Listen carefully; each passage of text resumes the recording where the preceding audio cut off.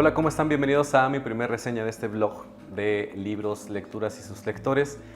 Y mi primera reseña se va a enfocar en un libro que acabo de terminar hace más o menos como 15 días o 3 semanas y que de hecho leí por iniciativa del club de lectura que estoy inscrito en España, que coordina Lola Mérida. Un saludo a ella. Y pues bueno, es Las Torres del Olvido de George Turner. Ahí está.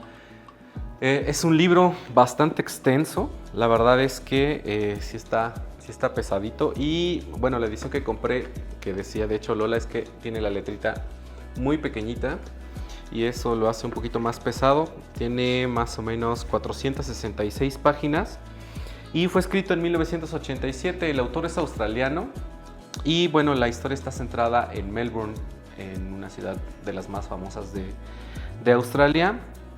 Y fue escrita cuando el autor tenía 70 años. De hecho, es la más famosa de él y ganó un premio. Ganó el premio Arthur C. Clarke y también fue nominado a los premios Nebula. Para quienes son fans de la ciencia ficción, saben más o menos de qué estoy hablando.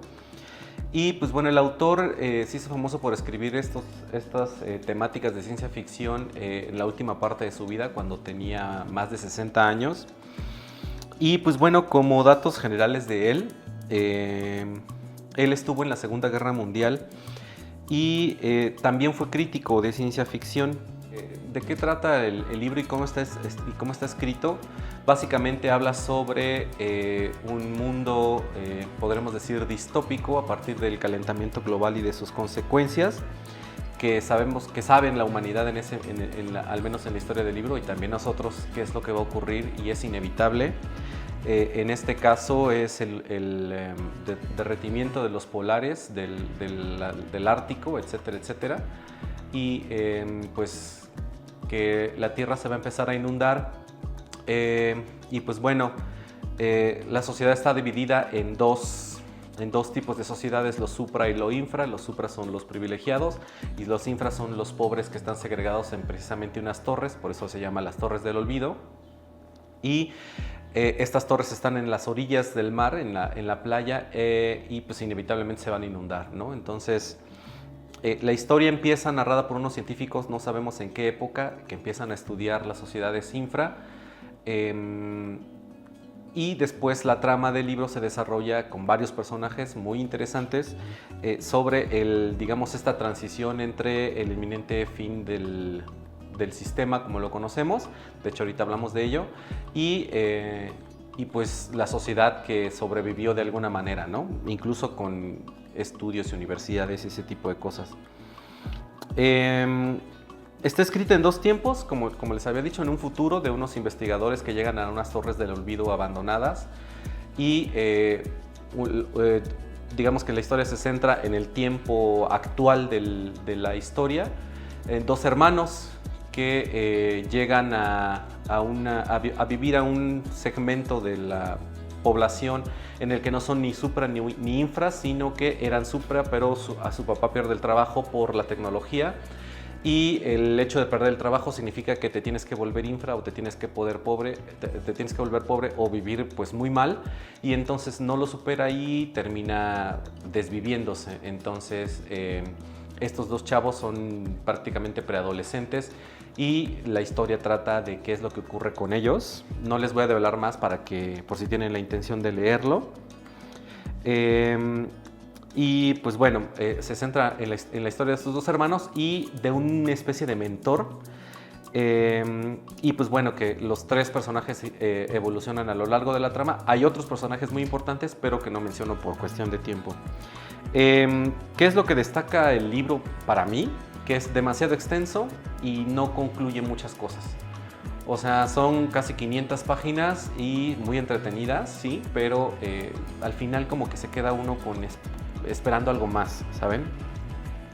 ¿Qué es lo que más me gustó? Que se desenvuelven las tramas desde la perspectiva de cada personaje y eso hace que se concreten. Por ejemplo, te cuentan la historia desde uno de los chavos y después desde la mamá, pero el chavo obviamente te lo dice desde su criterio y la mamá también desde el suyo. Entonces al final como que terminan conectándose y te da un poco más de sentido con algunos hechos que tal vez al principio dices tú, ¿qué está pasando acá?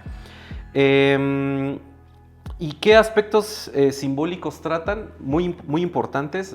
Ya saben que la ciencia ficción trata precisamente de la crítica a la sociedad, a la economía, a la política, etcétera, etcétera.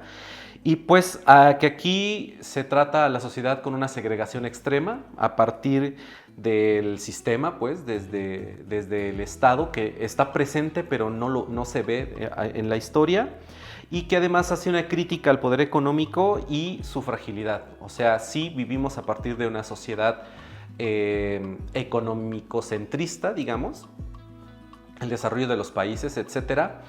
Pero aquí se nota que a pesar de que vivimos en ese sistema, la naturaleza puede acabar con eso y pues que todo se vaya a la basura, ¿no? Y termine en un apocalipsis no inesperado, porque sabemos que va a ocurrir, pero que llega inminentemente, digamos, ¿no?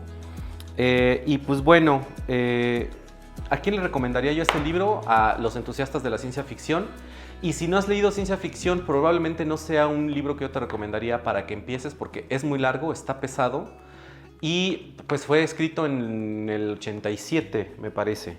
Entonces, pues no es una escritura, digamos, moderna, sino que para los fans de la ciencia ficción de Hueso Colorado, pues es una joya, pero para quienes no están acostumbrados probablemente no. Entonces, no te lo recomendaría como primera lectura de ciencia ficción, pero sí te lo recomendaría porque, aparte de que es muy bueno, de que está muy bien escrito, toca temas muy interesantes. Y pues bueno, esa es mi reseña por el día de hoy y pues muchísimas gracias. Nos estamos viendo.